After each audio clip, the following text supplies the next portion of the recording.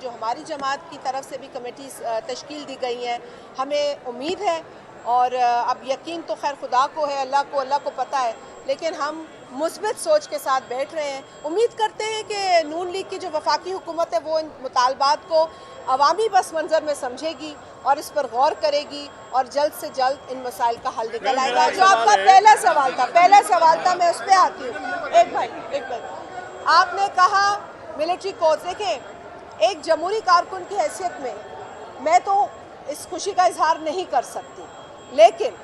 یہ وہی تحریک انصاف ہے نا جس نے اپنے دور حکومت میں یہی ملٹری کورٹس لگائیں، انہی ملٹری کورٹ سے 200 کے قریب لوگوں کو سزائیں ملی۔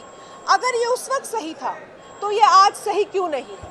اگر یہ اس وقت انصاف کے تقاضے پر پورا اترتا تھا تو یہ آج انصاف کے تقاضے پر پورا کیوں نہیں اتر رہا؟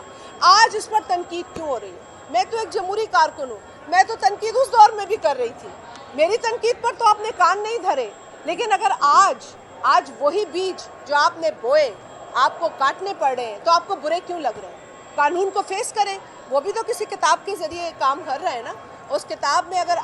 اگر سزا لکھی ہے تو اپیل کا بھی حق لکھا ہوگا، اپیل میں جائیں، اپیل سنی جائے گی۔ اگر آپ سچے ہیں، اگر آپ نے کچھ نہیں کیا، اگر آپ نے 9 مئی کو پاکستان کے اندر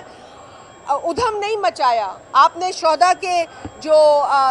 ان کی نشانیاں تھیں ان کو مسمار نہیں کیا، آپ نے ہمارے دل نہیں توڑے یہ تمام حرکات کر کے، آپ نے بلڈنگوں کو آگ اگر نہیں لگائی، آپ نے پشاور ریڈیو پاکستان کو آگ نہیں لگائی، اگر آپ نے بلڈنگوں پر حملہ نہیں کیا، اگر آپ نے درخت نہیں جلایا، اگر آپ نے عام عوام کو تکلیف نہیں دی ہے تو پھر آپ ثابت کر دیں۔ کسی نے آپ کو روکا تو نہیں ہے ثابت کرنے سے، آپ اپنے آپ کو بے قصور ثابت کریں اور آپ اپنا انصاف لے لیں۔ جی بھائی، مداخلت کی باتیں ہو رہی ہیں، جس طرح ایک طرف ڈائلاگ ہو رہا ہے تو دوسری طرف امریکی مداخلت کا جو بیانات سامنے آ رہے ہیں، آپ سمجھتی ہیں کہ ٹرمپ کے حلف اٹھانے کے بعد یہ مداخلت بڑھتی جائے گی یا ان کی ڈیمانڈ بڑھتی جائے گی اور پاکستان اس کو کس طرح سسٹین کر سکتا ہے؟ دیکھیں یہ جو امریکہ کی ایک آئندہ آنے والی ایڈمنسٹریشن کے جو نمائندے ہیں انہوں نے یہ بات کی ہے۔ اب مجھے یہ نہیں پتا کہ امریکی حکومت کا اس میں کیا موقف ہے، لیکن اگر ایک شخص جو ہے وہ یہ عندیہ دیتا ہے کہ پاکستان کے اندر جو سسٹم ہے، جو قانون ہے، جو عدالتیں ہیں، اس پر اسے مداخلت کرنے دی جائے گی یا اس کا حق ہے تو یہ اس کی بھول ہے۔ دیکھیں پاکستان ایک سوورن ملک ہے، پاکستان ایک آزاد ملک ہے، ہر ملک کی طرح پاکستان کے اندر بھی ایک سسٹم ہے، قوانین ہے، آئین ہے، ادارے ہیں، جوڈیشری ہے۔ یہ کسی بھی ملک کو حق حاصل نہیں کہ ہمارے ملک کے معاملات میں مداخلت کرے، بالکل اسی طرح جس طرح ہمیں یہ حق حاصل نہیں کہ ہم کسی ملک کے معاملات میں مداخلت کریں۔ اب اگر کیپٹل ہل کا واقعہ ہو گیا 6 جنوری کو تو ہم نے تو نہیں اس پر کچھ بولا، یہ ان کا مسئلہ تھا، ان کا قانون ڈیل کرے، ان کی جوڈیشری ڈیل کرے، ان کے ادارے ڈیل کرے۔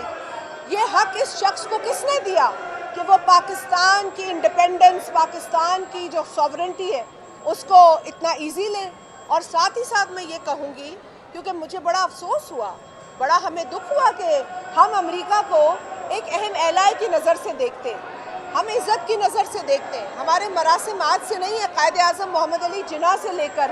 آج تک چلے آ رہے ہیں اور ہم چاہتے ہیں کہ پاکستان کو بھی وہی عزت ملے، لیکن ہمارے معاملات میں مداخلت نہ کی جائے، یہ ہم بار بار دہرائیں گے۔ اور پھر وہ جماعت جس کا بانی کہتا ہے کہ ایبسولوٹلی ناٹ، اب ایبسولوٹلی ناٹ کا نعرہ لگا کر آپ ایبسولوٹلی یس پر آ گئے۔ آپ نے لابیز کو پیسے دیے،